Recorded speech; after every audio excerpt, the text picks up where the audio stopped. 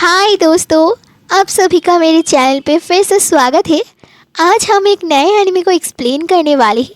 ये एनीमे बहुत ही ज़्यादा इंटरेस्टिंग है।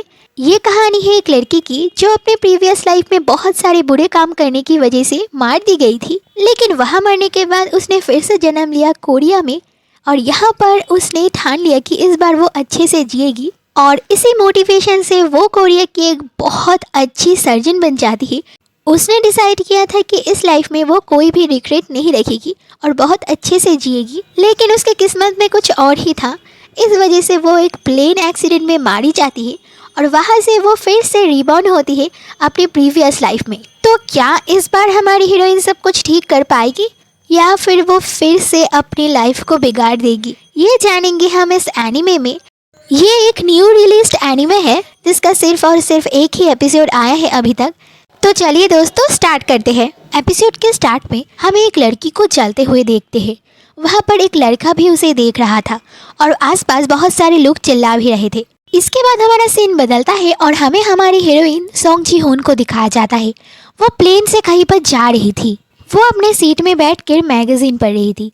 तभी वहाँ से एक लड़का गुजरता है और जाते जाते अपना रुमाल गिरा देता है। ये देख के जी होन अपने हाथों की मदद से एक फॉक्स बना के उसे बुलाता है। ये देख के वो बच्चा भी खुशी खुशी हमारे जी होन के पास आता है और जी होन उसे उसका रुमाल लौटा देता है। ये सुन के वो बच्चा थैंक्स मिस फॉक्स कह के वहाँ से चला जाता है और जी होन उसे बाय बाय करती है। इसके बाद हमारी जी होन अपने पास वो मैगजीन उठाती है और वहाँ पर एक स्वीट देखती है और वो स्वीट उसे बहुत ज़्यादा पसंद आ रहे थे, लेकिन वो काफ़ी एक्सपेंसिव था, इसलिए वो सोच रही थी कि वो क्या करे। फिर वो डिसाइड कर ही लेती है कि नहीं वो खाएगी। ये सब डिसाइड करके जब हमारी जी होन एयर होस्टेस को बुलाने जाती है तभी अचानक से वो प्लेन हिलने लगता है और बहुत ही ज़्यादा शोर होने लगता है। सारे लोग डर जाते हैं कि क्या हो रहा है। अचानक से वो प्लेन इतना ज़्यादा हिल रहा था कि सभी लोग बहुत ज़्यादा घबरा गए थे। एयर होस्टेस भी सभी को कहता है कि अपना सीट बेल्ट पहन के अच्छे से बैठ जाइए, लेकिन सभी लोग बहुत ही ज़्यादा चिंता में आ गए थे। और तभी ये लोग देखते हैं कि ये प्लेन क्रैश होने वाला है। ये देख के हमारी हीरोइन सोच में पड़ जाती है कि क्या मैं अभी मारी जाऊंगी क्या। मैंने सोचा था कि इस बार मैं अच्छे से लाइफ जीऊँगी कोई भी रिग्रेट के बगैर। इसके साथ साथ वो सोचती है कि मैंने सोचा था कि इस बार मैं बहुत सारे लोगों की लाइफ बचाऊंगा। उसी वक्त हमारा सीन चेंज होता है और हमें एक सर्जरी रूम का सीन दिखाया जाता है। यहाँ पर एक पेशेंट बहुत ही ज़्यादा खतरनाक हालत में था। वो पेशेंट ऑलमोस्ट मरने ही वाला था। तभी वहाँ पर हमारी हीरोइन सोंग जी होन का एंट्री होता है। वो अंदर आके एक डॉक्टर से पूछती है कि पेशेंट का हालत क्या है।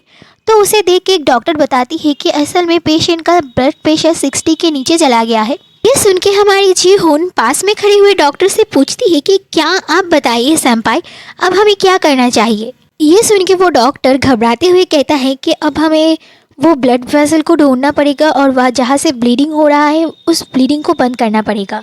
ये सुन के हमारी जी होन सबसे कहती है कि हम इस पेशेंट की लाइफ बचाने जा रहे हैं, तो चलो शुरू करते हैं।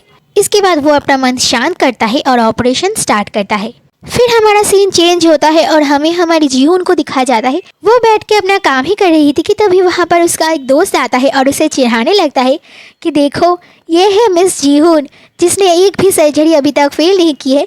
तुमने तो कमाल ही कर दिया यार, तुम बहुत ही अच्छी हो, तुम तो सर्जरी क्वीन हो। ये सब कहती है वो। और ये सुन के हमारी हीरोइन थोड़ा सा शर्मा जाती है, कहती है कि क्या सर्जरी क्वीन, इसका क्या मतलब है।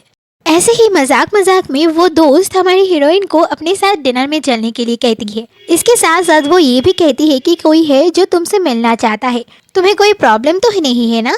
तो ये सुन के हमारी हीरोइन भी कहती है कि नहीं नहीं कोई प्रॉब्लम नहीं है। फिर वो दोनों अपना काम खत्म करके वहाँ से निकल जाते हैं और जाते हुए भी ये लोग हमारी हीरोइन की अचीवमेंट के बारे में बात कर रहे थे। फिर वो दोस्त कहती है कि हम वही जाएंगे जो तुम पसंद करोगी। इसके बाद हमें एक रेस्टोरेंट का सीन दिखाया जाता है। यहाँ पर वो जूनियर आई हुई थी जिसकी बात हमारी दोस्त ने पहले कही थी। वो तो हमारी हीरोइन को देख के बिलीव ही नहीं कर पा रही थी कि यही है सर्जरी क्वीन। उसने उससे अपने आँखों से देखा, यही सब वो कह रही थी क्योंकि वो हमारी हीरोइन को बहुत ज़्यादा एडमायर करती है। ये सुन के हमारी हीरोइन कहती है कि क्या सर्जरी क्वीन। फिर वो कहती है कि हाँ तुम बहुत ज़्यादा कूल हो। फिर वो जूनियर हमारी हीरोइन की कुछ पिक्चर्स कलेक्ट करती है। वो अपने वॉलपेपर में वो लगाने वाली थी गुड लक के लिए। ये सब देख के हमारी हीरोइन घबरा जाती है और कहती है कि तुम शांत हो जाओ। ये सुन के वो जूनियर कहती है कि आप समझ नहीं रहे हो, मैं आपके जैसा बनना चाहती हूँ, आपके जैसा अच्छा सर्जन बनना चाहती हूँ। उस जूनियर की ये बात सुन के जीहोन की फ्रेंड भी कहती है कि हाँ मैं समझ सकती हूँ कि तुम क्या बोलना चाहती हो, क्योंकि मैं भी इसे बहुत ज़्यादा एडमायर करती हूँ। और ये सुन के हमारी हीरोइन भी काफ़ी खुश होता है और उसकी तरफ देखती है बड़े ही प्यार से। और ये देख के वो जूनियर पगला रही थी। फिर वो लोग अल्कोहल को लेके बात करने लगते हैं। हमारी जीहोन बताती है कि वो ड्रिंक नहीं करती। ये सुन के वो जूनियर कहती है कि क्या आप ड्रिंक ना करके रह सकती हो? जब आपको अच्छा नहीं लगता क्या आप सच में ड्रिंक नहीं करते? तो वो कहती है कि नहीं, ये काइंड ऑफ मेरा सेल्फ कंट्रोल है। ये सुन के जूनियर कहती है कि हाँ, लेकिन आपको अपने लाइफ को एंजॉय करना चाहिए पूरी तरह से।